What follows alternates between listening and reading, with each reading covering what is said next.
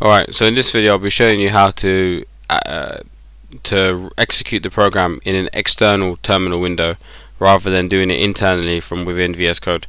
I don't know, I mean, for some reason I just got used to when I was running VS Code on Windows to displaying the terminal externally, and so I just prefer it now. So with this program here that I've got, when I run it, it will then bring up the terminal here. I'll enter Hamid is a cool programmer. So this is just going to display a histogram. So that's the program. So you can see it runs the program from within the terminal inside VS Code.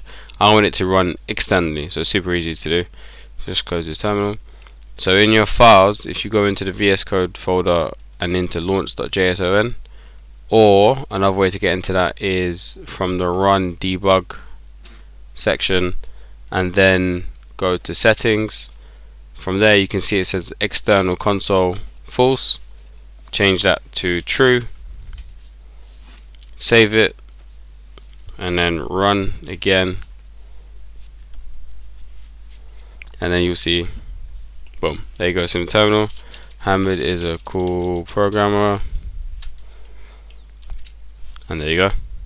So I don't know why I just prefer it externally than internally. So